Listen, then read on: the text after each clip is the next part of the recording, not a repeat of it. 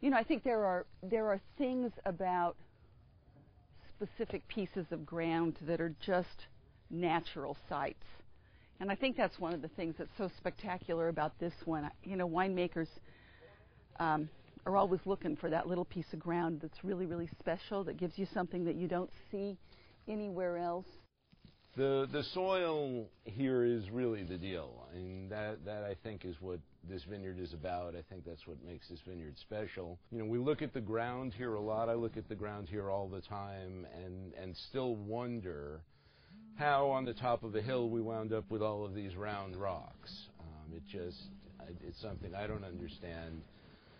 It looks certainly like there was a lot of water here at one point, or there was a glacier here at some point. I mean, just all of this cobblestone at the top of a hill, really fairly far away from any current river flows, has always been an interesting thing. This site really had something pretty special. The elevation, the rise over the surrounding area, the rocks, of course, and then all those instincts came true, and we made the first wine.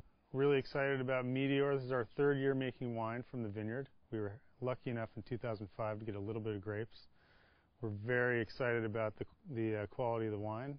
The wines are very fresh and very darkly colored, very ripe, and we love it. We think this is a great site. I mean, predominantly the vineyard is all about the soil. So here you have extremely rocky, white, tufa soil, a little bit of clay to keep some moisture in the soil. Yeah, dinosaur eggs, little boulders like this, they're great. So you combine this great soil with the cooler temperatures that you get in Coombsville. It's a great combination. I'm involved with two different wineries from this vineyard, and Vineyard 29 and Lel Vineyards. For this vineyard, we're always excited because it's what we call a cooler site.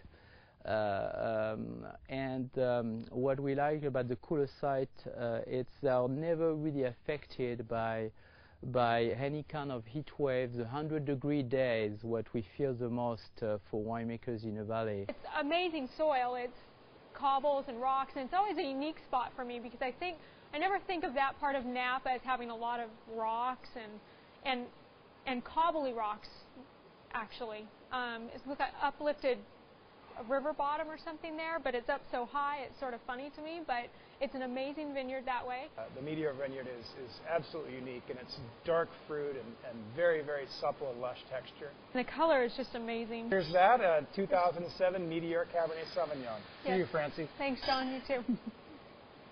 The Meteor juice is a fabulous addition to the Arietta stable of components, if you will. We started buying grapes from Meteor Vineyard in the 06 vintage, and this is the wine that it's going to go into, Arietta Cabernet Sauvignon. We are thrilled with the grapes and the juice, and now the wine in barrel.